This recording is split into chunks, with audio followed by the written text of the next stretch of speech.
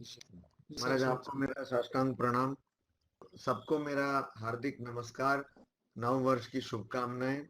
आज का विषय है भक्ति योग। भक्ति योग में अवतार तत्व। अवतार क्या होता है? कौन होते हैं अवतार? आज हम ऐसे युग में जी रहे हैं जहाँ हर कोई व्यक्ति अपने आप को अवतार बताते हैं, और बहुत आसान है अवतार बताना भी। यूट्यूब में और फेसबुक में, और कुछ लोग आपके अनुयायी हो ही जाते हैं, तो हर कोई व्यक्ति अपने आप को अवतार बता रहा है। तो क्या है अवतार? अवतार के बारे में बताते हुए भगवत गीता में, भगवत गीता का अपना भाष्य लिखते हुए भगवत्पाद शंकराचार्य देव ने भगवत गीता की भाष्य में अपनी भूमिका में बताया है कि जो परम तत्व है वो मानो अवतरित होता है, मानो वो एक रूप धारण करता है। भारतीय परंपरा में, सनातन धर्म की परंपरा में, विशेष रूप से अद्वैत वेदांत में ऐसा माना जाता है कि जो परम तत्व है वो एक है, उसमें दूसरा कुछ है नहीं, इसलिए उसको अद्वैत कहते हैं, जहां दूसरा कुछ ना हो। और इसलिए परम तत्व कोई रूप नहीं होता। परम तत्व का वो निराकार है, निर्गुण है, और सत चित आनंद है, अर्थात हमेशा शाश्वत है, हमेशा है, रहता है, और चैतन्य स्वरूप है, और आनंद स्वरूप है, ऐसा माना जाता है। ये अद्वैत वेदांत, वेदांत में साधारणतः तीन रूप की बात की जाती है, तीन दर्शनों की बात की जाती है। एक है द्वैत, जहां पे भगवान या ईश्वर को जीव अपने आप से बिल्कुल अलग मानता है। और दूसरा है विशिष्टाद्वैत, जहां जीव अपने आप को भगवान का एक अंग या कोई अंश मानता है। और अद्वैत, जहां भगवान और जीव में वस्तुतः कोई अंतर नहीं है। तो अद्वैत वेदांत के दर्शन के अनुसार परम तत्व वो हमें अज्ञान के रूप से, हम जब अज्ञान के माध्यम से देखते हैं, अज्ञान के आंखों से जब देखते हैं, तो हमें परम तत्व एक रूप में दिखाई देता है, पर वास्तव में परम तत्व का कोई रूप नहीं है। तो इसलिए भगवत्पाद आदि शंकराचार्य देव ने ऐसा कहा कि मानो भगवान अवतरित होते हैं, मानो वो एक रूप धारण करते हैं। पर गीता में हम पाते हैं भगवान श्री कृष्ण कह रहे हैं चौथे अध्याय में कि जब जब धर्म की ग्लानि होती है तब तब मैं अवतरित होता हूँ, साधुओं का की रक्षा करने के लिए, और जो असाधु हैं यानी जो दुर्जन हैं उनका विनाश करने के लिए, जो सज्जनों को कष्ट पहुंचाते हैं उनका विनाश करने के लिए मैं अवतरित होता हूँ, ऐसा श्री कृष्ण स्वयं बताते हैं। तो यहाँ पे हम क्या समझे कि भगवान का रूप है कि भगवान का रूप नहीं है? अवतार तत्व का अर्थ वास्तव में हम लोग आज 2021 में क्या समझे? जैसा मैंने पहले बताया, एक तो ये बहुत बड़ी समस्या है, उलझन है, कि हर कोई व्यक्ति अपने आप को अवतार बताता है। और दूसरी समस्या यह है कि कुछ दर्शन ऐसे हैं जो कहते हैं कि अवतार वास्तव में होता नहीं, ये हमारी भ्रांत धारणा है। और भगवान श्री कृष्ण ने स्वयं कहा है कि मैं अवतरित होता हूँ, मैं शरीर धारण करता हूँ। और श्री राम कृष्ण, भगवान श्री राम कृष्ण देव, जब उनका अंतिम लग्न आ रहा था समीप, तो स्वामी विवेकानंद के मन में ये शंका उत्पन्न हुई कि क्या वास्तव में ये अवतार हैं? तो श्री रामकृष्ण देव ने कहा कि जो राम थे और जो कृष्ण थे वही अभी रामकृष्ण के रूप में है, पर तुम्हारे अद्वैत वेदांत के दृष्टिकोण से नहीं। अर्थात अद्वैत वेदांत के दृष्टिकोण से तो मैंने जैसे आपको बताया हर कोई अवतार है, अर्थात केवल ब्रह्म है और कुछ नहीं है। तो इसलिए वहां पे अलग अवतार की कोई संभावना नहीं है। पर श्री रामकृष्ण देव ने बताया ऐसा नहीं है, वास्तव में मैं ही वो हूं जिसको लोग ब्रह्म, भगवान, राम, कृष्ण और ईसा मसीह ये सब कहते हैं। तो मैं ही हूं वो परम तत्व। अब यहाँ पे हम क्या समझें? स्वामी विवेकानंद ने जब भारत की परिक्रमा की, उनके विदेश जाने के पहले, विदेश यात्रा के पहले उन्होंने जब भारत की परिक्रमा की, तो वो अल्मोड़ा नामक शहर में 4 बार गए। तो पहले 3 बार गए, फिर विदेश से जब लौटे तो 1 बार गए। तो उस समय में वो एक बार अल्मोड़ा के पास एक जगह है काकरी घाट, वहां एक वृक्ष के नीचे जब उन्होंने ध्यान किया, तब उनको समझ में आया कि ब्रह्मांड और पिंड और ब्रह्मांड दोनों एक है। अंग्रेजी में कहें तो माइक्रोकॉस्म और मैक्रोकॉस्म दोनों एक हैं। अर्थात एक व्यक्ति के भीतर जो है सत्ता, वही बाहर प्रपंच के रूप में विद्यमान है। ऐसा उनको समझ में आया, ऐसी उनकी अनुभूति हुई। तो और भगिनी निवेदिता जब स्वामी विवेकानंद के संपूर्ण कृतियों को, जब उसकी भूमिका वो लिखती हैं, उसकी प्रस्तावना लिखती हैं, संपूर्ण कृतियों को अंग्रेजी में कहते हैं the complete works of Swami Vivekananda. तो उसकी जो भूमिका वो लिखती हैं, उसमें कहती हैं कि स्वामी विवेकानंद ने द मेनी, यानी जो व्याप्त है, बहुत है, बहुधा जो है उसमें, और जो एक है अर्थात जो व्यष्टि है, जो व्यक्ति है, और जो समष्टि है, जो बाकी सब है प्रपंच में, वो दोनों एक हैं। ऐसा स्वामी विवेकानंद ने बताया। The many and the one are the same. One reality, वो एक ही तत्व है जिसको हम लोग व्यक्तिगत रूप से देखते हैं और समष्टिगत रूप से देखते हैं। तो ये भगिनी निवेदिता ने बताया। ये भी कहा कि to conquer and hold is as stern a trust as to quit and avoid. कि आज से इन पृष्ठों में ऐसी बात लिखी गई है, ऐसा एक संदेश दिया गया है वेदांत का, जिसको पढ़कर हर व्यक्ति ये जानेगा कि त्यागना या मना करना उससे भी कहीं अधिक या उतना ही कठिन है जीतना और उसको बनाए रखना।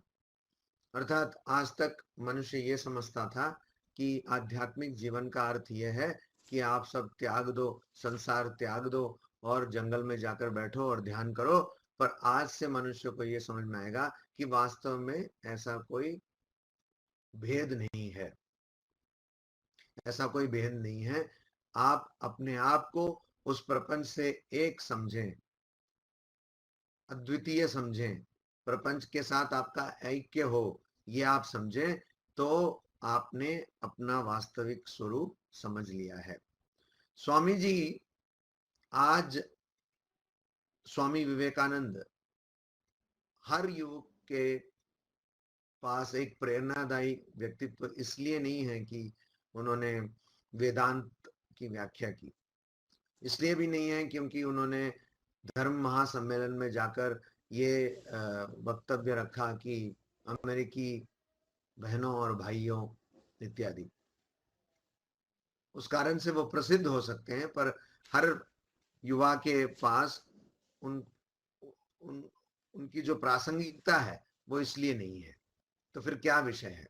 विषय यह है कि ये वो व्यक्ति थे जो एक हिंदू सन्यासी तो थे, पर उन्होंने कहा कि पुराना धर्म ये मानता है कि जो देव देवियों पर विश्वास न करे वो नास्तिक है, पर नया धर्म ये कहता है कि जो देव देवियों पर विश्वास तो करता है पर अपने आप पर विश्वास नहीं करता, वो नास्तिक है। आत्मविश्वास का सबक स्वामी विवेकानंद ने हमें सिखाया। उन्होंने ये बताया कि अगर आप मनुष्य का इतिहास देखें तो ये इतिहास उन चंद लोगों का इतिहास है जिनको अपने आप पर विश्वास था। तो ये आत्मविश्वास, स्वामी जी कहते हैं कि बाकी सब भूल जाओ, अपने आप पर आप विश्वास रखो। अगर हमें अपने आप पर विश्वास है तभी हम अवतार को भी पहचान सकते हैं। इस प्रपंच में हर कण कण में जो परम तत्व विद्यमान है, जिसको श्री कृष्ण भगवत गीता में कहते हैं सूत्रे मणिगणा इव, जिस प्रकार मोतियों की माला एक सूत से बांधी जाती है, एक धागे से बांधी जाती है, और वो धागा उसमें पिरोया जाता है, मोतियां पिरोई जाती हैं, और वो धागा पूरे माले को एक जुट में बांध कर रखता है, उसी प्रकार इस जगत में मैं हर जगह विद्यमान हूं, ऐसा श्री कृष्ण, भगवान श्री कृष्ण कहते हैं। तो इस व्याप्त सर्वव्यापी ईश्वर को, सर्वव्यापी भगवान को केवल वही समझ सकता है जो जिसमें आत्मविश्वास हो। भगिनी निवेदिता एक जगह कहती हैं कि स्वामी विवेकानंद ने केवल वेदांत की बात बताई है, केवल आत्मा की बात बताई है, और कोई बात स्वामी विवेकानंद ने नहीं बताई। सुनकर हमें बहुत आश्चर्य सा लगता है, ऐसा कैसे? स्वामी विवेकानंद ने तो बहुत सारी बातें बताई हैं, समाज की बातें बताई हैं, विज्ञान की बातें बताई हैं, पर भगिनी निवेदिता का कहना है कि जो भी स्वामी जी ने बताया उसका जो मूल केंद्र था, केंद्र बिंदु था, वो आत्मा का ज्ञान था। बड़े मजे की बात है कि जब भगवत गीता शुरू होती है तो अर्जुन बहुत भ्रांति में है, आजकल की भाषा में कहेंगे तो कंफ्यूज्ड है बेचारा, और वो युद्ध नहीं करना चाहता, विषाद योग इसलिए उसको कहते हैं प्रथम अध्याय को। और भगवत गीता में श्री कृष्ण, भगवान श्री कृष्ण अपना मुंह खोलते हैं द्वितीय अध्याय में, तो उसको डांटने लगते हैं, और बहुत जोर से डांट पड़ती है अर्जुन को। कहते हैं कि तुम जो कर रहे हो वो तुम्हें शोभा नहीं देता, अनार्य जुष्टम अस्वर्ग्यम अकीर्तिकरम अर्जुन। बोलते हैं क्लैब्यम मास्मगम पार्थ न ये त्वयि उपपद्यते, ये तुम्हें शोभा नहीं देता, और ये एक आर्य का काम नहीं है। आर्य अर्थात जिसका जन्म पूजा से हो। आर्य अर्थात ये नहीं कि कोई कहीं और से आए। वो सब जो बातें हैं उसको आजकल जिन लोगों ने शुरू किया था वही नहीं मानते। हमारे देश में विडंबना ये है कि हम हमारे ऋषि मुनियों की बात नहीं मानते हैं, पर किसी गोरे चमड़े वाले ने कुछ कह दिया तो हम उसको मान लेते हैं। हम भगवत गीता का उच्चारण करने से या उसको उसका पारायण करने से कतराते हैं, पर अगर जर्मनी के कुछ बच्चों ने भगवत गीता का पारायण किया हो तो बिना किसी शर्म के उसको व्हाट्सएप में फॉरवर्ड करते रहते हैं। ये हमारी विडंबना। तो उन्होंने कहा कि आर्य, आर्य अर्थात जिसका जन्म पूजा के कारण हुआ हो। तो आर्य तुम्हें ये शोभा नहीं देता, ये आर्यों के लिए उचित कर्म नहीं है कि तुम अपने स्वधर्म को, स्वधर्म क्या, जो आपने स्वयं चुना हो कि मैं ये करूंगा या करूंगी, तो स्वधर्म आपने जो चुना उससे आप मुकर जाएं, ये आपको शोभा नहीं देता। और इसलिए अस्वर्गीय कर्म, अस्वर्ग्यम, ये आपको स्वर्ग भी नहीं ले जाएगा, अकीर्ति कर्म, और ये आपको यश भी नहीं देगा, अर्थात ये आपको बदनाम करेगा, आपका दुर्नाम होगा। तो इसलिए आप ऐसा ना करें। क्लैब्यम मास्मगम, क्लीव का अर्थ बहुत लोगों ने गलत व्याख्या की है। क्लीव का अर्थ है कि जो न तो पुरुष है न स्त्री है, और जिसको आजकल हम कहते हैं ट्रांसजेंडर, वो भी नहीं है। क्लैब्य का अर्थ मतलब क्या, जो दीवार जैसा नपुंसकलिंग है, दीवार जैसा है। स्वामी विवेकानंद कहते हैं कि देखिए, एक दीवार झूठ नहीं बोल सकता, चोरी नहीं कर सकता, पर एक दीवार महापुरुष भी नहीं बन सकता। वो केवल मनुष्य ही है जो चोरी कर सकता है, झूठ बोल सकता है, पर वो वहां से बढ़कर ऊंचा हो उठकर वो महापुरुष भी बन सकता है। तो इसलिए दीवार नहीं हो तुम, इसलिए तुम दीवारों जैसा काम ना करो, अर्थात निष्क्रिय मत बने रहो। दीवार कोई काम नहीं करते, पत्थर कोई काम नहीं करते, निष्क्रिय हैं। तो आप ऐसे बैठ गए रथ पे, अपना गांडीव आपने त्याग दिया और कह रहे हो कि मैं युद्ध नहीं करूंगा, तो आप निष्क्रिय हो गए। ऐसा मत करो। स्वामी विवेकानंद कहते हैं कि infinite possibilities lie with in you. हम जब अवतार तत्व की बात करते हैं तो हम यहाँ यही देखते हैं कि अवतार ऐसा कुछ भी नहीं है जो अवतार पुरुष नहीं कर सकते। और स्वामी जी वही कहते हैं कि तुम में वो क्षमता है, तुम में वो संभावना है, तुम कुछ भी कर सकते हो। What ever you think you become. तुम जैसा सोचोगे वैसा ही होगा। If you think you can, you can. अगर तुम सोचोगे कि मुझसे हो सकता है तो हो पाएगा। If you think you cannot, you cannot. अगर तुम सोचोगे कि तुमसे नहीं हो पाएगा तो नहीं हो पाएगा। तो कुछ भी कर सकते हो, ऐसा स्वामी विवेकानंद कहते हैं। यहाँ पे अवतार तत्व को हमें ऐसा समझना चाहिए कि अवतार तत्व वो जो जहां पे हम प्रकृति में, मतलब हमारे से बाहर, हम ईश्वर की अभिव्यक्ति, ईश्वर को देख पाए हर विषय में, वो चाहे चर हो या अचर हो, अर्थात वो चाहे जीव हो या जीव ना हो। हम जो भी स्थायी जंगम जो भी है उसमें हम ईश्वर को देख पाए और अपने आप में ईश्वर को देख पाए। ये कैसा होगा, कैसे होगा? ये तभी होगा जब हमको समझ में आए कि हम में और बाहर की के विश्व में, प्रपंच में कोई अंतर नहीं है। और इसको हम कैसे समझ सकते हैं? इसको हम तभी समझ सकते हैं जब पहले तो एक बात, बहुत सरल बात है, उसको समझ लेनी चाहिए। स्वामी गंभीरानंद जी महाराज जो रामकृष्ण मठ मिशन के 11वें अध्यक्ष थे, तो वो कहते थे कि देखो ये जो प्रपंच है बहुत बड़ा प्रपंच है और इसमें कई सौर्य मंडल हैं, सूर्य मंडल कई हैं, और उसमें उसके पहले उसमें कई गैलेक्सी हैं, उसमें हमारी गैलेक्सी मिल्की वे, और उसमें कई सौर मंडल हैं, उसमें हमारा सोलर सिस्टम, और उसमें कई ग्रह हैं, उसमें हमारा ग्रह पृथ्वी, और उसमें कई भूखंड हैं, उसमें हमारा भूखंड एशिया, और उसमें कई देश हैं, उसमें हमारा देश भारत, उसमें कई राज्य हैं, उसमें बेलूर मठ जहां स्थित है पश्चिम बंगाल, और पश्चिम बंगाल में इतना क्षेत्रफल है, उसमें एक जगह है बेलूर मठ, और बेलूर मठ में बेलूर मठ का प्रांगण, और उस प्रांगण में कहीं एक छोटे से कण के रूप में स्वामी गंभीरानंद खड़ा है। अर्थात इस पूरे विश्व ब्रह्मांड में हमारा वास्तव में कोई अस्तित्व है ही नहीं। किसका अस्तित्व नहीं है? इस शरीर का अस्तित्व नहीं है। और एक दिन तो भले ही किसी को कोरोना हो ना हो, सबको एक दिन मिट्टी में मिलना है। भले ही आपको गाड़ा जाए या जलाया जाए, आपको मिट्टी में मिलना है। तो ये जो नश्वरता है प्रपंच का, ये अगर हमारे मन में हमेशा याद रहे, और ये भी याद रहे कि हम वो नश्वर वस्तु नहीं है। हमने अभी ये शरीर धारण किया है पर हम वास्तव में वो शरीर नहीं है। न तो हम मन है, न हम प्राण है, हम इन सबसे ऊपर सच्चित आनंद स्वरूप आत्मा है। केवल ये बात अगर हमारे मन में रहे, तब हम जो भी कुछ करेंगे अच्छा ही करेंगे। जब भगवत गीता में श्री कृष्ण ने द्वितीय अध्याय में अपना मुंह खोला और जब डांट कर अर्जुन को उपदेश देना प्रारंभ किया, उसके तुरंत बाद वो आत्मा की ही बात करते हैं।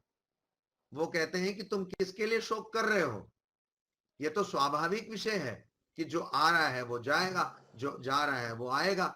जब तक तुमने ये बात नहीं समझ ली कि तुम ये शरीर मन नहीं हो, इससे ऊपर हो, जब तक तुमने अपने स्वरूप अर्थात आत्मा का ज्ञान नहीं प्राप्त कर लिया, तुम्हें तो जाना है।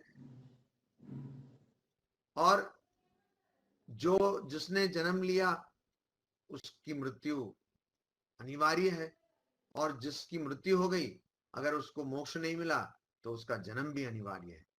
तो इसलिए तुम किस लिए शोक कर रहे हो? अगर हम में ये बात बिल्कुल साफ, हमारे मन में ये बात हो जाए, तो हमें कोई समस्या नहीं होगी। इसलिए गंभीरानंद जी कहते हैं कि हम लोग फिजूल में ही इतनी चिंता करते हैं। हम जिस व्यक्तित्व को लेकर, जिस अहंकार को लेकर इतना माथापच्ची करते हैं, वो तो नश्वर है। और जो वास्तव में हमारा रूप है, उसके प्रति हमारा कोई ध्यान नहीं है। हम उस रूप को भूले बैठे हुए हैं। अष्टावक्र संहिता जो ग्रंथ, ऐसा ग्रंथ है जिसको स्वामी विवेकानंद, तब नरेंद्रनाथ दत्त, जब वो पहली बार श्री रामकृष्ण के पास गए, उनको पकड़ा दिया। तो वो अष्टावक्र संहिता, उसमें लिखा है कि तुम क्यों रो रहे हो? तुम अपना स्वरूप भूलकर क्यों रो रहे हो? उस स्वरूप में सब निहित है। तुम में सर्वशक्ति है, सर्वज्ञ हो, और तुम रो रहे हो कि मैं बद्ध हूं, मैं ये नहीं कर सकता, मैं वो नहीं कर सकता। तो स्वामी विवेकानंद ने यही बात बताई कि हम में असीम शक्ति है, और अगर हम इस बात को ध्यान में रखें, इस बात को जाने, तो हम बहुत कुछ कर सकते हैं। हम बहुत कुछ कर सकते हैं। स्वामी जी ने कहा हम सब कुछ कर सकते हैं। तो अभी मैं आपको यही बात बता रहा हूं कि अवतार तत्व को आज 2021 में हमें ऐसा समझना है कि हम सब में अवतार की शक्ति विद्यमान है। हम सब उस एक ब्रह्म के ही अभिव्यक्ति हैं। Each soul is potentially divine. The goal is to manifest this divinity within. ऐसा स्वामी जी ने अंग्रेजी में कहा कि हर जीव, each soul is potentially divine, उसमें दिव्यता, दैवी शक्ति अंतर्निहित है। The goal is to manifest this divinity within. इस अंतर्निहित शक्ति को अभिव्यक्त करना ही धर्म जीवन का उद्देश्य है, आध्यात्मिक जीवन का उद्देश्य है। Do this either by work, worship, philosophy और psychic control. आप इसको या तो कर्म के माध्यम से कर सकते हैं, या प्रार्थना के माध्यम से कर सकते हैं, या दर्शन के माध्यम से कर सकते हैं, या अपने मन के नियंत्रण के माध्यम से कर सकते हैं। By one or more or all of these and be free. आप या तो एक माध्यम से, एक कोई पद से करिए, या एक से अधिक पद से करिए, या सबके समन्वय से करिए, और मुक्त हो जाइए। बाकी सब जो मंदिर, गिरजा, धर्म ग्रंथ, आचार अनुष्ठान, रीति रिवाज, ये सब गौण हैं। They are but secondary details. तो प्रमुख क्या है कि मेरे अंदर वही शक्ति है जो बाहर इस प्रपंच में है। इस प्रपंच में जो भी शक्ति है वो मेरे अंदर निहित है। आज का क्वांटम फिजिक्स भी यही कहता है। कुछ वर्ष पहले जो वैज्ञानिक हैं वो गॉड पार्टिकल के संधान में उतरे थे। वो गॉड पार्टिकल को ढूंढने निकले थे। फिर बाद में उनको समझ में आया कि वो एक गॉड पार्टिकल जिसको कोई भी यंत्र नहीं देख सकता, वो गॉड पार्टिकल इतना शक्तिशाली है कि अगर हम उसको निकालें तो उसको एक नियंत्रित वातावरण में रखना ही हमारे लिए असाध्य है, असंभव है। उस पार्टिकल का नाम है हिग्स बोसॉन पार्टिकल। आप लोगों को सब ये ज्ञात होगा। तो इतना सूक्ष्म कि हम उसको देख नहीं सकते, केवल उसका अनुमान कर सकते हैं। इतने सूक्ष्म एक कण में इतनी शक्ति है कि हम उसको संभाल नहीं सकते। अर्थात इस विश्व ब्रह्मांड में जो शक्ति है वो उस सूक्ष्म से सूक्ष्म कण में विद्यमान है। वही स्वामी जी कहते हैं कि जो प्रपंच में शक्ति है वो तुम में विद्यमान है, बस तुम्हें यह समझने की देरी है। जिस दिन हम लोग ये समझ गए, उस दिन हम सब कुछ कर सकते हैं। हमारे देश की विडंबना ये है, मैं बहुत बचपन से ही, मेरे पिताजी वायुसेना में काम करते थे, तो हर 3 साल 4 साल में बंजारों की तरह सारे देश का भ्रमण हो चुका है मेरा लगभग। और उसके बाद भी तो एक चीज मुझे बहुत चिंता मग्न करती है, वो ये है कि चाहे मैं जाऊं लखनऊ, चाहे जाऊं उत्तराखंड, चाहे जाऊं नागपुर, चाहे जाऊं केरल, चाहे जाऊं तमिलनाडु, या चाहे जाऊं पश्चिम बंगाल, जहां भी जाता हूं मैं यही देखता हूं कि भारत का युवक आज पब्लिक सर्विस एग्जामिनेशन में पास करने की होड़ में लगा हुआ है। सबको चाहिए सरकारी नौकरी, सबको सरकारी नौकरी चाहिए, क्योंकि अपने आप में तो विश्वास है नहीं।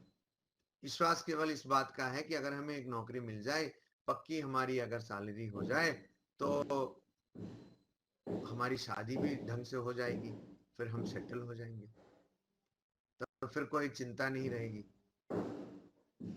लोगों को ये नहीं पता है कि शादी करके तो पहले चिंता को तो न्योता दे रहे हो आप, चिंता तो वैसे आ जाएगी आपके जीवन में।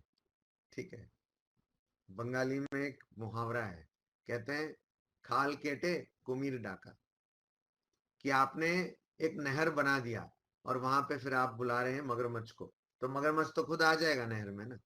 आपने जब काट दिया है नहर, बना दिया नहर, तो मगरमच्छ खुद आ जाएगा, उसमें स्वयं आ जाएगा। 1898 में स्वामी जी बेलूर मठ में बैठकर अपने शिष्यों को कहते हैं, शिष्य उनके शरद चंद्र चक्रवर्ती, उनको कहते हैं कि तुम इतना नौकरी नौकरी के पीछे क्यों भाग रहे हो, किसी के सामने अपना हाथ जोड़कर क्यों झुक रहे हो, अपना स्वयं का कोई काम क्यों नहीं कर लेते, जिसको आज की भाषा में कहते हैं स्टार्टअप, क्यों नहीं कर लेते। मैं बताता हूं, अपने मित्रों को बताता हूं जो विदेश में हैं, तुम यहां से बनारसी साड़ी ले जाओ, वहां बेचो, मैं अपने विदेश मित्रों से कह दूंगा, वो तुम्हारी सहायता करेंगे। यहाँ के मसाले ले जाकर बेचो, वो सहायता करेंगे, पर कुछ करो, व्यवसाय करो। ऐसा कैसे हो गया कि भारत जो इतना संपन्न देश है, यहाँ जो इतनी सारी चीजें हमें प्राप्त हैं, हम दूसरों के मोहताज क्यों हैं आज? ऐसा प्रश्न स्वामी विवेकानंद 1898 में बेलूर मठ में कर रहे हैं। आज हम 2021 में खड़े होकर भी बीच में 122 साल चले गए, फिर भी हम ऐसे ही भारत को देख रहे हैं जहां एक व्यक्ति सरकारी नौकरी के लिए बहुत काम करता है। क्यों? क्योंकि नौकरी मिलने के बाद कोई काम करने की आवश्यकता नहीं। इसलिए निजी जो कंपनियां हैं, निजी जो संस्था है और जो सरकारी संस्था है, इनमें यही अंतर है। निजी संस्था में नौकरी मिलने के बाद आपको काम करना है, सरकारी नौकरी मिलने के बाद आपको कोई काम नहीं करना, उसके पहले ही जितना काम करना है करना है। तो व्यक्ति सरकारी नौकरी के पीछे लगा हुआ है, हर कोई सरकारी नौकरी करना चाहता है, पर कोई व्यवसाय नहीं करना चाहता। कोई अपना बुद्धि व्यवहार करते हुए, अपनी क्षमताओं का उपयोग करते हुए आजीविका का मार्ग ढूंढना नहीं चाहता। बहुत गलत है ये, और इसीलिए आज हम इतनी समस्याओं से जूझ रहे हैं। पैसा हमारे पास है, पर हमने उसको बैंक में डाल के रखा, सोचा कि कुछ हमें ब्याज मिलेगा। जैसे ही ब्याज का दर गिरने लगा, हमारा बीपी भी उठने लगा, चढ़ने लगा, क्योंकि पैसे का अब कहां से आएगा पैसा। तो ये जो मानसिकता है, ये तभी जाएगी जब हमें अपने आप पर विश्वास आएगा। और ये आत्मविश्वास का सबक आप स्वामी विवेकानंद को जब पढ़ते हैं, तो हर पन्ने से आपको यही एक सबक मिलती है। और एक सबक मिलती है, स्वामी जी कहते हैं कि उपनिषद क्या बता रही है? उपनिषद अभय का संदेश दे रही है, और फियरलेसनेस, अभय, कि भयभीत मत हो। पर आज पूरे विश्व को किसने भयभीत कर रखा है? जिसको हम देख भी नहीं सकते। कोरोना, जो कोई कह रहा है बैक्टीरिया है, कोई कह रहा है वायरस है, कोई कह रहा है कुछ एक है, हमें नहीं मालूम क्या है। और आज हम जब सोच रहे हैं कि वो चुप हो गया, तो ब्रिटेन में फिर से एक नया दौर, उसका नया लहर निकल के आया है, और पूरा ब्रिटेन, पूरा ब्रिटिश सरकार अब जूझ रहा है उस कोरोना से। तो ये जो कोरोना है, ये तो महामारी है, ये बाहर से आई हुई एक समस्या है, पर इसको हम कैसे इसका सामना करेंगे वो हमारे अंदर हम पर जो विश्वास है वो बताएगा। अगर हम में आत्मविश्वास है तो हम कोरोना तक या और भी कितने महामारियों का सामना कर सकते हैं। और अगर हमारे में आत्मविश्वास नहीं है तो केवल एक मच्छर काफी है हमें भयभीत करने के लिए। तो मच्छर ही एक प्राणी है जिसको पिंजरे में न डालकर मनुष्य स्वयं पिंजरे में बैठ जाता है। मच्छर बहुत शक्तिशाली प्राणी है। बाकी प्राणियों को तो पिंजरे में डाल दिया मनुष्य ने, मच्छर को देखकर खुद वो पिंजरे में चला गया, मच्छरदानी में चला गया। तो एक मच्छर भी हमें भयभीत कर सकती है। इसलिए आत्मविश्वास का सबक अवतार तत्व ये कि अवतार तो ठीक, पर जो अवतार धारण कर रहे हैं मनुष्य शरीर, पहली बात तो ये देखिए ये मनुष्य शरीर के बारे में कितने लोगों ने प्रशंसा की है। जितनी भी शास्त्र आप पढ़ेंगे, अध्ययन करेंगे, विवेक चूड़ामणि से प्रारंभ करके और भी, और ठाकुर श्री रामकृष्ण परमहंस देव वचनामृत में कहते हैं बार बार कि मनुष्य जीवन इतना बहुमूल्य है, अनमोल है, केवल मनुष्य जीवन से ही आपको मोक्ष की प्राप्ति होगी।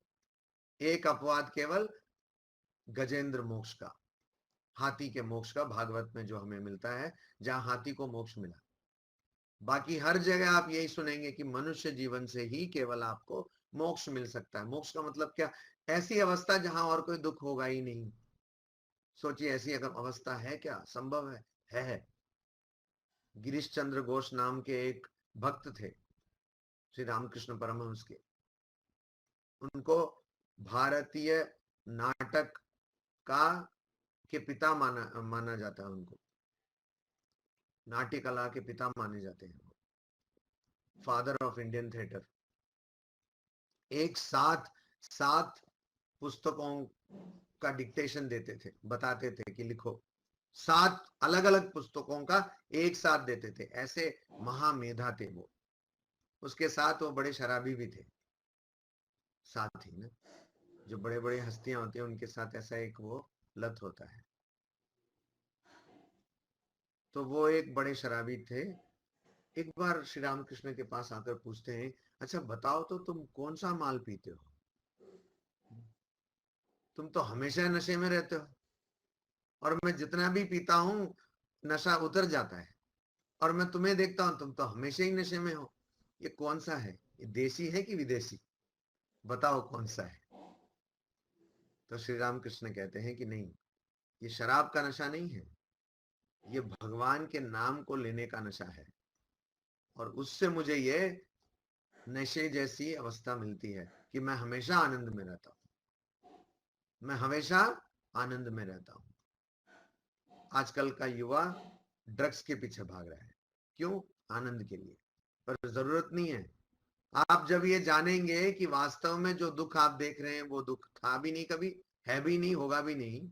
आप जब ये जानेंगे कि आप में और परम तत्व में कोई अंतर नहीं है, आप जब ये जानेंगे कि आप में और प्रपंच में कोई अंतर नहीं है, और जिस कोरोना से हम जूझ रहे हैं उससे भी, उसमें और आप में कोई अंतर नहीं है, जब आप ये जानेंगे पूरी तरह से, इसके जितने भी आयाम हैं इन सबको आप जब जानेंगे, तब आप हमेशा ही आनंद में रहेंगे।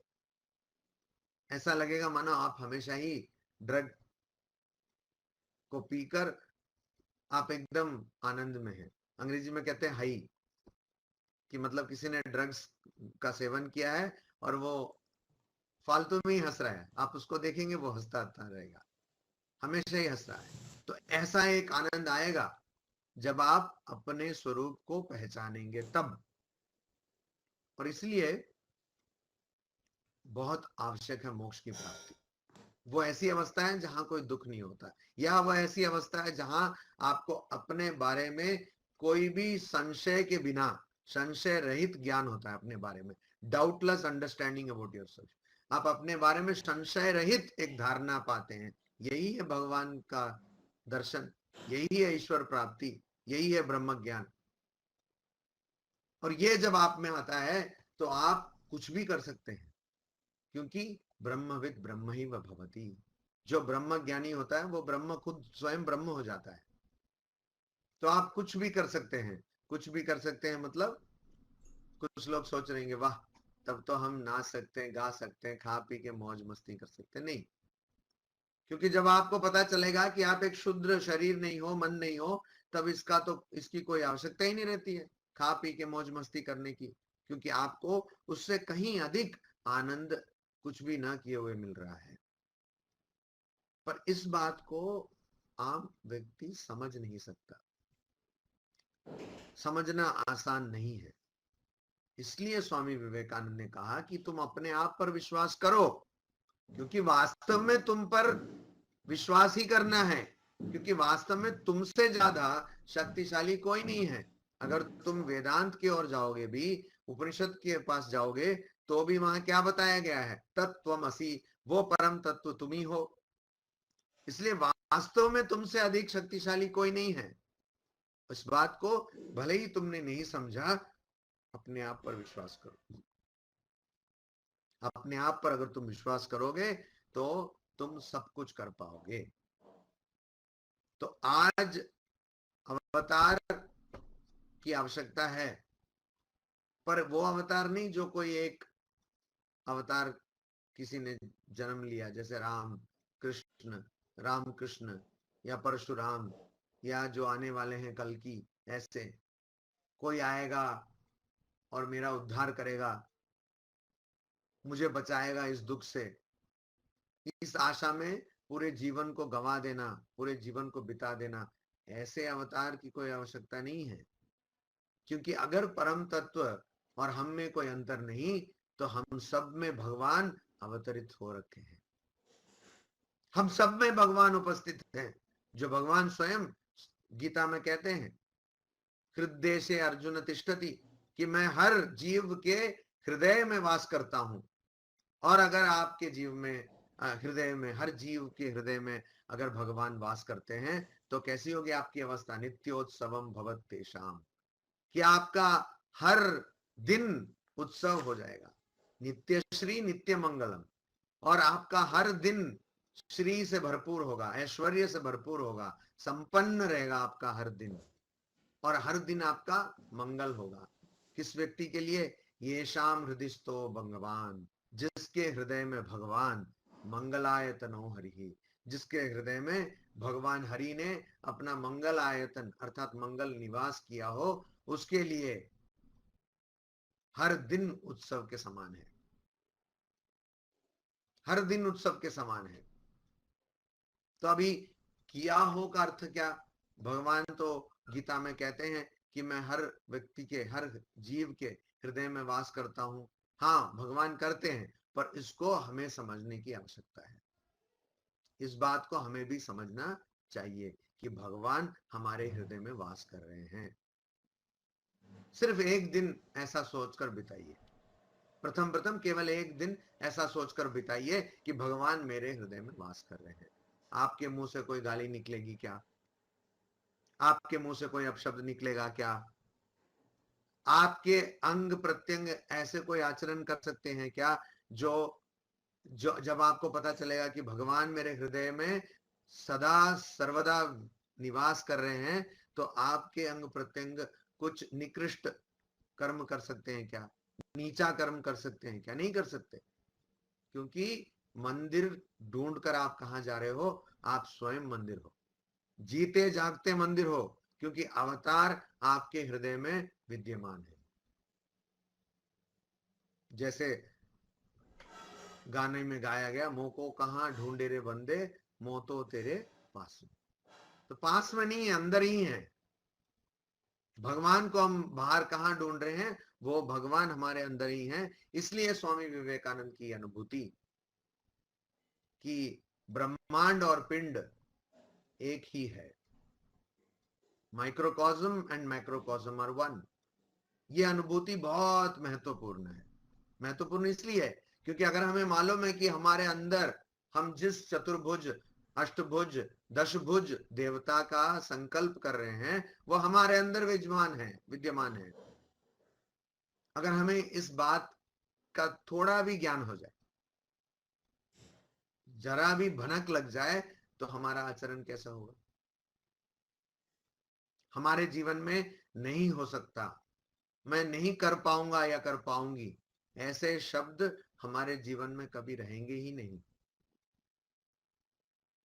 तो इस दृष्टिकोण से, इस आयाम से अगर हम अवतार के बारे में सोचें तो हमारा जीवन उसमें काया पलट आ जाता है, काया पलट हो जाती है हमारे जीवन में।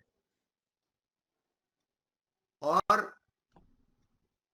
वो अवतार जिसको हम बाहर मूर्तियों में ढूंढ रहे हैं, वो अवतार जिसको हम अधिक टीवी या इंटरनेट में वीडियो देखने के कारण ऐसा मान के चल रहे हैं कि अचानक अवतार हमारे सामने प्रकट होंगे, वो अवतार हमारे माध्यम से काम करेंगे, हमारे अंदर से काम करेंगे। हम जिन जिन से मिलेंगे, मनुष्य पूछेगा, अच्छा इस व्यक्ति में तो कोई अलग बात है, ये कौन सा व्यक्ति है जो मेरे पास आता है, मुझसे बात करता है तो मुझे बहुत अच्छा लगता है, ये कौन सा व्यक्ति है जो जब मुझसे बात करता है तो मुझ में प्रेम भर जाता है, मुझ में मनुष्यों के प्रति सहानुभूति भर जाती है, ये कौन सा व्यक्ति है। न केवल आप अपने आप को बदलेंगे, आपके इर्द गिर्द, आपके आसपास जितने भी व्यक्ति हैं, जितने भी जीव हैं, उनको बदलेंगे।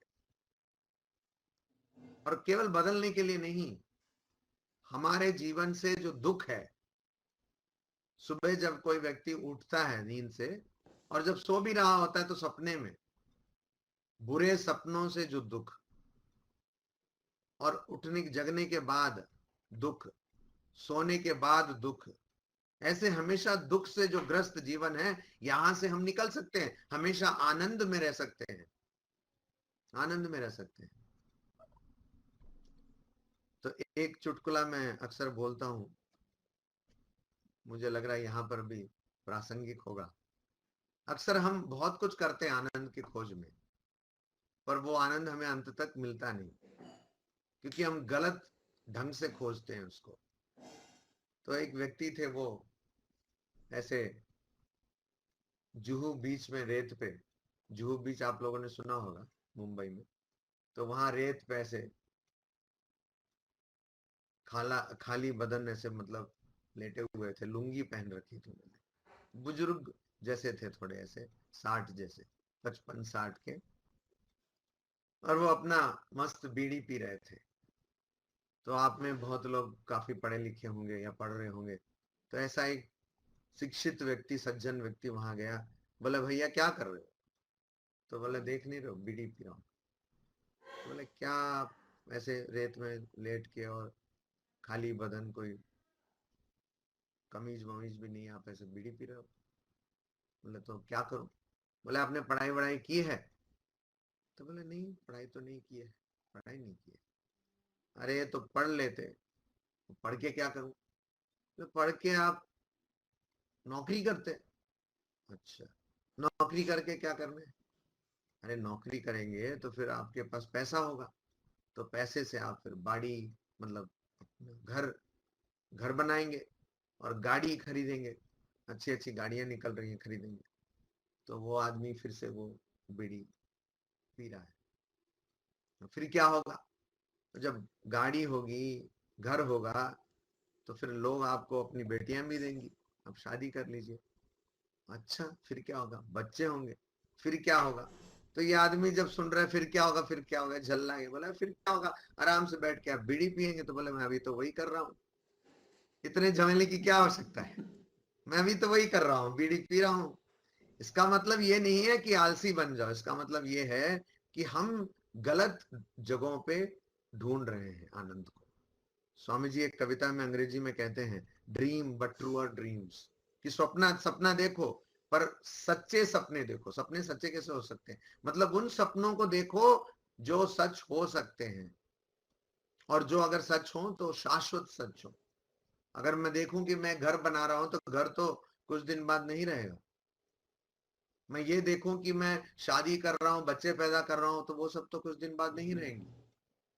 पर अगर मैं ये देखूं कि मैं ये समझ लेता हूं कि मैं आत्मा हूं, शरीर नहीं हूं, मन नहीं हूं, सच्चित आनंद का स्वरूप हूं, तो वो तो शाश्वत सत्य है, वो कभी नहीं बदलेगा। और उस सत्य को जानने से स्वामी जी कहते हैं, अरे मैंने क्या किया? स्वामी जी कहते हैं कि इस समुद्र के रेत के एक एक कण से हजारों विवेकानंद भगवान श्री रामकृष्ण बना सकते हैं। इस विवेकानंद को देखकर और भी हजारों विवेकानंद पैदा होंगे।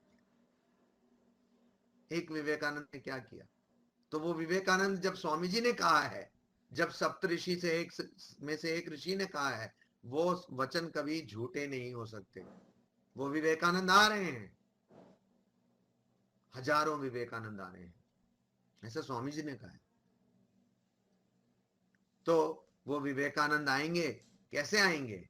तभी आएंगे जब उनको पता चलेगा कि वो ब्रह्मांड और पिंड, अर्थात माइक्रोकॉस्म और मैक्रोकॉस्म, मैक्रोकॉस्म ब्रह्मांड, पिंड माइक्रोकॉस्म, इसमें कोई अंतर नहीं है।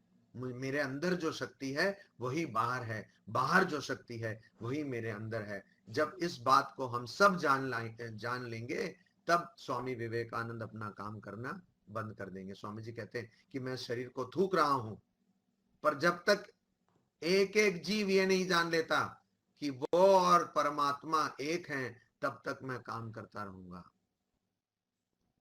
जब तक हर एक जीव मुक्त नहीं हो जाता, तब तक मैं काम करता रहूंगा। और इसलिए इसकी अभिव्यक्ति हमारे छोटे छोटे कामों में भी होनी चाहिए। जब हम कोई काम करते हैं, हमारे मन में, भले ही वो एक सॉफ्टवेयर को समझने का काम हो, भले ही वो एक किताब पढ़ने का काम हो, भले ही किसी को पढ़ाने का काम हो, भले ही व्यापार करने का काम हो, हमारे मन में रत्ती भर भी ये चिंता नहीं होनी चाहिए कि ये मुझसे नहीं होगा, कि ये मेरे लिए बहुत कठिन काम है। जब हम अपने आप को शाश्वत, अनित्य और अखंड जान लेंगे, तब हमारे लिए कुछ भी असंभव नहीं होगा। और इसलिए गतानुगतिक रूप से भेड़ की चाल में हम दूसरों का अनुकरण न करें, हम अपने तरीके ढूंढ निकालें। स्वामी विवेकानंद इतने ही विशाल हृदय के थे कि जब उन्होंने रामकृष्ण मठ की स्थापना की, और जब उन्होंने कहा कि यहाँ पे जो साधु रहेंगे, यहाँ जो व्यक्ति यहाँ आएंगे, सन्यासी रहेंगे, वो क्या साधना करेंगे, तो उन्होंने कहा कि चारों योग का समन्वय, इस पथ को अपनाएंगे। और ये सब कहते हुए कहते हैं कि अगर भविष्य में कोई व्यक्ति ये समझे कि और भी कुछ साधन के पथ हो सकते हैं, तो उनको भी यहाँ जोड़ा जा सकता है। इतने विशाल मन के जो विवेकानंद स्वामी जी थे, और जो आज भी हमारे समक्ष काम कर रहे हैं, वो तभी खुश होंगे जब हम में से हर एक व्यक्ति अपना आध्यात्मिक पथ खुद स्वयं ढूंढ निकाले। स्वामी जी और एक जगह पे कहते हैं कि इस पृथ्वी में इतने धर्म होने चाहिए जितने यहाँ व्यक्ति हैं, हर एक व्यक्ति के लिए एक अलग धर्म होना चाहिए।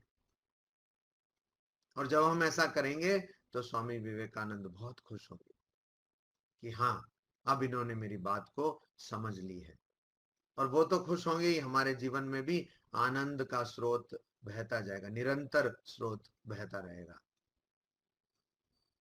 मुझे बहुत आनंद हो रहा है कि आज मैं आपके समक्ष आ पाया, अपने विचारों को साझा कर पाया, और मैं धन्यवाद ज्ञापित करता हूँ योगस्थानंद जी महाराज को कि उन्होंने मुझे ऐसा अवसर दिया। और आप सबको मैं निमंत्रण देता हूँ कि आप कैलीकट आइए, कोड़ीकोड आइए, क्योंकि ये वो शहर है जहाँ से विदेशियों को पता चला कि भारत जो सोने की चिड़िया कहलाती थी, भारत एक देश है। यहाँ पे पहले वास्को ड गामा ने कदम रखा और यहीं से लोगों ने भारत को ढूंढ निकाला।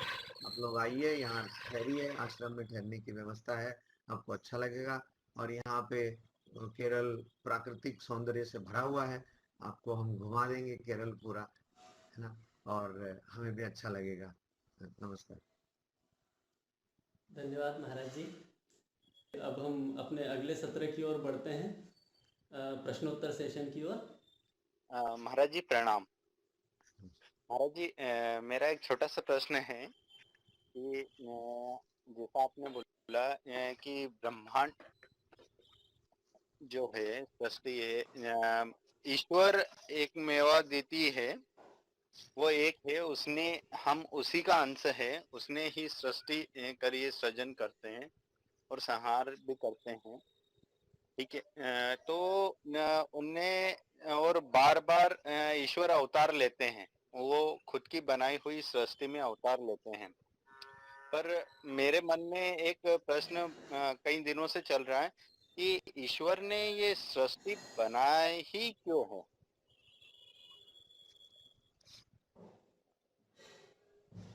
ईश्वर ने ये सृष्टि बनाया ही क्यों, क्या यही आपका प्रश्न है मुकेश जी? जी जी जी महाराज जी, उसके पीछे का क्या उद्देश्य है, कहीं पे भी मुझे पढ़ने में नहीं आया है, ना कोई उल्लेख आया, हो सकता है कि कई जगह बताया गया हो, पर मैं नहीं पढ़ा। तो इसका दो दो तरीकों से मैं उत्तर दूंगा। पहला जी तो जिस भाषा में हम लोग आजकल बात करते हैं उस भाषा में उत्तर दूंगा जो जी सब लोगों को समझ में आएगा, और जी दूसरा उपनिषद में जैसा बताया गया है। दोनों एक ही जी बात है पर बताने का ढंग अलग है। तो पहले बात, हम सब जिस भाषा को समझते हैं उसमें बताता हूँ, आम बोलचाल की भाषा में भगवान ने इस विश्व ब्रह्मांड की सृष्टि टाइम पास के लिए की। टाइम पास के लिए की, और कोई कारण नहीं है। उपनिषद में कहते हैं कि वो जो परम तत्व था उसको लगा कि वो अकेला है, तो उसने इसलिए सब कुछ सृष्टि की। तो उसी को अगर हम अलग तरीके से सोचें, टाइम पास के लिए की। मुकेश जी को ये सुनकर बहुत बुरा लग रहा होगा कि अरे ऐसा क्या उत्तर दे दिया महाराज ने, पर ये वास्तव सत्य है। दूसरी बात यह है कि भगवान ने इस ब्रह्मांड की सृष्टि कैसे की, ये जानकर हमारे जीवन में दुख कम होगा क्या मुकेश जी? जी जी महाराज जी। अगर आपको ये पता चले कि भगवान ने इस ब्रह्मांड की सृष्टि क्यों की, तो आपके जीवन में दुख कम होगा क्या? नहीं महाराज जी, वो नहीं है एक्चुअल में। ये इसके पीछे का जानने का उद्देश्य ये है कि हो सकता है कि उनका कोई उद्देश्य इस तरह रहा हो जिससे कि हम लोग और प्रेरित हो उनकी तरफ आकृष्ट होने के लिए, या फिर क्योंकि तो हम जैसा बताया गया है कि हम उनका ही अंश है, तो यदि हमारा जो हम जिनका अंश है उनका उद्देश्य था इस सृष्टि को रचना करने के पीछे, तो कहीं ना कहीं वो हमारा उद्देश्य है कि सृष्टि में है, तो हम अच्छे से जुड़ पाएंगे ना उनसे। हम्म, तो तो यहाँ पे जैसे मैंने बताया, उपनिषद में बताया गया है कि वो एक अकेले थे, इसलिए उनको लगा कि और भी उनके कुछ साथी होने चाहिए, इसलिए इस विश्व ब्रह्मांड की सृष्टि की गई। अब उसमें कोई ऐसा कोई उद्देश्य नहीं है, इसलिए मैंने और ढंग से बताया कि टाइम पास के लिए सृष्टि की गई, तो कोई उद्देश्य नहीं है। अब जब हमने ये जान लिया कि विश्व ब्रह्मांड की सृष्टि टाइम पास के लिए की, तो हमें भी फिर बहुत धैर्य के साथ रहना है कि हमारा भी केवल टाइम पास ही हो रहा है। अर्थात हमें ये नहीं सोचना है कि हम करता हैं, मतलब हम कुछ करते हैं या हम कुछ भोग करते हैं। हमें ये नहीं सोचना है कि हम ये शरीर मन है। हमें ये जानना है कि हम ईश्वर के ही अंश हैं, अर्थात सच्चिदानंद के ही अंश हैं, और ये केवल टाइम पास हो रहा है। तो यदृच्छा लाभ संतुष्ट है, जैसे भगवत गीता में श्री कृष्ण ने बताया कि जैसा हो रहा है उसको बिल्कुल अहंकार को त्याग कर हम केवल उसको ग्रहण करें, जो आ रहा है हमारे पास उसको ग्रहण करें। हम में अहंकार ना हो, हम में यह धारणा बिल्कुल ना हो कि मैं कर रहा हूं। ऐसा अगर हम कर पाए तो ईश्वर जो सोच रहे हैं या ईश्वर का जो उद्देश्य था उसको हम पूरा कर सकते हैं, क्योंकि ईश्वर का कोई और उद्देश्य नहीं था। और अगर आप इसको व्यक्तिगत स्तर पर देखना चाहें तो इन सब बातों को जानकर क्या हमारे जीवन में दुख कम होता है, तो उसका उत्तर है नहीं। पर अगर हमारे जीवन में हम जो मन से जूझ रहे हैं, मन को अगर हम नियंत्रित कर पाए, बेहतर नियंत्रित कर पाए, तो हमारे जीवन में दुख अवश्य ही कम होगा। तो उस तरफ हमें अधिक ध्यान देना चाहिए। श्री रामकृष्ण जैसा कहते हैं कि अगर आप एक आम के बगीचे में जा रहे हो तो आम खाओ और आम खाने से आपको संतुष्टि मिलेगी। आप ये मत करो कि आप पेड़ गिन रहे हो, गुठली गिन रहे हो और आम के बारे में एक अनुसंधान कर रहे हो। ऐसा ना करो। ऐसा श्री रामकृष्ण बताते हैं। जी महाराज जी। प्रणाम महाराज। तो मैं मतलब आपको आंतरिक नमस्कार कहना चाहती हूँ, क्योंकि काफी मतलब कुछ दिनों से काफी पर्सनल प्रॉब्लम्स में काफी अनआंसर्ड क्वेश्चंस थे मेरे, जो आपके लेक्चर के माध्यम से कुछ दिशा मिली मुझे, इसलिए आंतरिक नमस्कार। और मेरा बस एक ही प्रश्न है। आपने आपके लेक्चर में एक जगह बोला कि जैसे मतलब एंशियंट टाइम्स में ऐसा था कि सब कुछ त्याग के फिर ही स्पिरिचुअल लाइफ स्टार्ट होनी चाहिए, लेकिन स्वामी जी बोलते हैं कि सब कुछ जीतो, जहाँ पे आपने इलाबोरेट किया मैक्रोकॉज्म और माइक्रोकॉज्म का एग्जांपल देके। तो मतलब अभी हमें कैसे मतलब कौन सी पाथ फॉलो करनी चाहिए, और अगर जीतना और या संसार में रह के हम कभी कभी फंस जाते हैं उस दंगल में, उससे कैसे बाहर निकले, यही बस प्रश्न है। तो प्राचीन काल में ऐसा नहीं है कि प्राचीन काल में सिर्फ संन्यास लेने के बाद ही आध्यात्मिक जीवन या धार्मिक जीवन का प्रारंभ होता था। जैसे जनक राजा का उदाहरण दिया जाता है। व्याद गीता में जो कर्मयोग में स्वामी जी जिसका उल्लेख करते हैं, जिस कहानी का, वो कहानी, वो घटना महाभारत में पाई जाती है और उसमें व्याद गीता का उपदेश है, जहाँ पे एक व्याद अर्थात एक शिकारी या एक कसाई वो धर्म के उपदेश देते हैं। गीता में कर्मयोग में ये बात बताई गई है कि आप जो कर्म कर रहे हैं उसको निस्वार्थ रूप से करिए, तो कर्म के माध्यम से ही आपको परम तत्व का ज्ञान होगा। स्वामी विवेकानंद इसी बात को कर्मयोग में कहते हैं। और वो कहते हैं कि कर्मयोग का साधन करने के लिए किसी दर्शन को या किसी भगवान को या किसी धर्म को मानने की आवश्यकता नहीं। अर्थात अगर कोई व्यक्ति तथाकथित नास्तिक भी हो, मतलब कोई धर्म को ना भी माने, ईश्वर को भी ना माने, वो कर्म योग का साधन कर सकता है। उसी प्रकार वो राजयोग का भी साधन कर सकता है। राजयोग और कर्म योग के लिए आपको ना कोई दर्शन को मानने की आवश्यकता है, कोई परम तत्व को भी मानने की आवश्यकता नहीं है, ईश्वर को भी मानने की आवश्यकता नहीं, भगवान को भी मानने की आवश्यकता नहीं है। केवल आप अपना कर्म निस्वार्थ रूप से करिए और राजयोग में आप अपने मन का नियंत्रण करिए, बस इससे ही आप परम तत्व को पाएंगे। अभी प्रश्न आपने किया कि हम कैसे करें। ये प्रश्न बहुत पुराना प्रश्न है। 5000 से भी अधिक वर्ष पूर्व महाभारत में, गीता में यह प्रश्न अर्जुन ने श्री कृष्ण से किया। अब आप जब वचनामृत का अध्ययन करते हैं तो उसमें लगभग हर पन्ने में गृहस्थ पूछता है तो क्या है उपाय गृहस्थ के लिए। यह प्रश्न श्री रामकृष्ण से भी कई इन्होंने किया। और आजकल भी ऐसा होता है कि जब कोई व्यक्ति शादी कर लेता है, विवाह कर लेता है, उसके 1-2 साल बाद आश्रम में आकर कहते हैं कि महाराज मैं सोच रहा हूँ मैं भी सन्यासी हो जाऊं, है ना। टाइमिंग नोट करें, 1-2 साल बाद ऐसा उनको लगता है शादी के, तो बोलते कि मैं भी सन्यासी हो जाऊं। तो ये प्रश्न बहुत ही साधारण प्रश्न है कि हम उसमें जाकर अटक गए हैं। श्री रामकृष्ण कहते हैं बंगाली में, पंचभूतेर फांदे ब्रह्म पड़े कांदे, कि पंचभूत के जो फांसी में ब्रह्म जकड़ कर वो रो रहा है। अर्थात एक व्यक्ति जिसका यथार्थ स्वरूप ब्रह्म है, वो इन सब माया मोह के चक्कर में अटक कर रो रहा है। पर यहाँ पे मजे की बात यह है कि किसी ने आपको जबरदस्ती यहाँ नहीं फंसाया, आप खुद फंसे अज्ञान के कारण।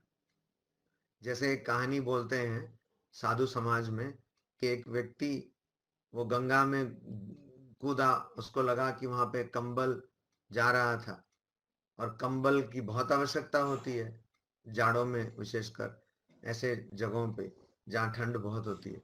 तो वो एकदम वो साधु कूदा और उसने कंबल को पकड़ लिया और किनारे एक और साधु था, बोला अरे तो निकल के आओ पानी से, बहुत कंबल तो मिल गया तुम।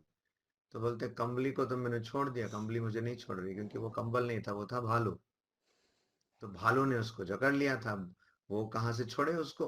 तो यही है संसार का, यही है संसार की रीति, यही है कि हम सोचते हैं कि हाँ हमने जकड़ लिया, पर हमने नहीं जकड़ा, उसने हमें जकड़ लिया, ऐसा लगता है हमें। तो कैसे छोड़ें, हम उसमें फंस जाते हैं। अगर आपको ऐसा लगेगा कि आप फंस गए, सच्ची में लगेगा कि आप फंस गए, तब तो आप छोड़ देंगे। समस्या यह है कि आपको जब लगता है मरकट वैराग्य, कि कोई आपको गाली दे रहा है, डांट रहा है, तो आपको लगता है कि दोस्त दोस्त ना रहा, प्यार प्यार ना रहा, है ना, बहुत ज्यादा आपको ज्ञान मिलता है तब। फिर बाद में फिर से आप उसी व्यक्ति के आनंद के लिए, उसी व्यक्ति के संग के लिए आप फिर उस व्यक्ति के पास जाते हैं। श्री रामकृष्ण इसको बहुत तरीके से बताते कि ऊंट जो है कटीला पेड़ खाता है और उससे उसके मुंह से झरझर खून बहता है, फिर भी वो वापस उसी पेड़ को खाने जाता है। हाँ। और आजकल के दुनिया में मैंने देखा कि इसको कहते हैं, मैंने एक नाम दिया इसके लिए, FRC, फेसबुक रिलेशनशिप साइकिल। मतलब पहले आदमी का वो रिलेशनशिप स्टेटस रहता है सिंगल, फिर उसके बाद सिंगल रेडी टू मिंगल, उसके बाद रहता है कमिटेड, उसके बाद रहता है इनर रिलेशनशिप, फिर कहता है कमिटेड, फिर कुछ दिन बाद हो जाता है कॉम्प्लिकेटेड, फिर उसके बाद फिर से सिंगल। पर जो ये आदमी ऐसा फेसबुक रिलेशनशिप साइकिल में जकड़ा हुआ है, वो वापस वापस वहीं जाता है। तो आपको ये बात समझने की आवश्यकता है जो श्री रामकृष्ण ने कही कि तुम संसार में हो, ठीक है, अभी ये नहीं कि छोड़ छाड़ के चले जाओ, संसार में हो ठीक है, पर उस नौकरानी की तरह, बड़े घर की नौकरानी जो उस घर के बच्चों को अपना बेटा बेटी करके बुलाती है, पर जानती है कि उसके स्वयं के जो बेटे बेटी हैं वो गांव में उसके घर में हैं। उसी प्रकार स्वामी श्री रामकृष्ण कहते हैं कि संसार रूपी नौका वो पानी में है, संसार के पानी में है, तो वो ठीक है, पर आपके नौके के अंदर पानी को घुसने मत दो, मतलब आपके अंदर सांसारिकता घुसे ना, इस बात का ध्यान रखो। तो अगर आप इस बात का ध्यान रखेंगे तो आप संसार में तो रहेंगे, पर सांसारिकता आपके अंदर नहीं रहेगी। इसको कैसे करें, इसका भी उपाय श्री रामकृष्ण देते हैं। बोलते हैं कि बीच बीच में साधु सत्संग करो। साधु सत्संग मतलब जो व्यक्ति सत है उसका संग, व्यक्ति भी हो सकता है, ग्रंथ भी हो सकते हैं, अच्छे अच्छे ग्रंथ हैं, जैसे श्री रामकृष्ण वचनामृत, इसका पाठ करिए। स्वामी जी के जो साहित्य है, स्वामी जी का जो साहित्य है विवेकानंद साहित्य, उसका पाठ करिए। उसके अलावा आप बीच बीच में निर्जन वास करिए और विचार करिए। ये 3 उपाय श्री रामकृष्ण बताते हैं। निर्जन वास, निर्जन वास। अब मैं यहाँ आने के पहले जून महीने तक मायावती में था, 6 साल वहां रहा। बहुत बढ़िया जगह है, मतलब वो स्वर्ग है धरती पर। कोई कहता है कि कश्मीर स्वर्ग है, कश्मीर स्वर्ग नहीं है, वो मायावती ही स्वर्ग है। मायावती उस जगह का नाम है पिछले 300-400 साल से, तो ये स्वर्ग है। स्वर्ग से हम यहाँ से ऊपर से एकदम नीचे उतर आए हैं, तो स्वर्ग है। तो वहां में मैं था, तो बहुत सारे लोग आते थे, जाड़ों में 2 महीने के लिए और गर्मियों में 4 महीनों के लिए हमारा जो अतिथि निवास है वो खुलता था, तो 3 दिन के लिए हम लोगों को रुकने के लिए देते थे। तो लोग आते थे और आकर वहीं वहीं चिल्लाना कि अरे यहाँ तो मोबाइल का टावर नहीं है। अब मोबाइल का टावर वहां क्यों होगा भाई? और फिर कुछ लोग पूछते, स्वामी जी यहाँ आसपास कुछ घूमने के लिए है क्या?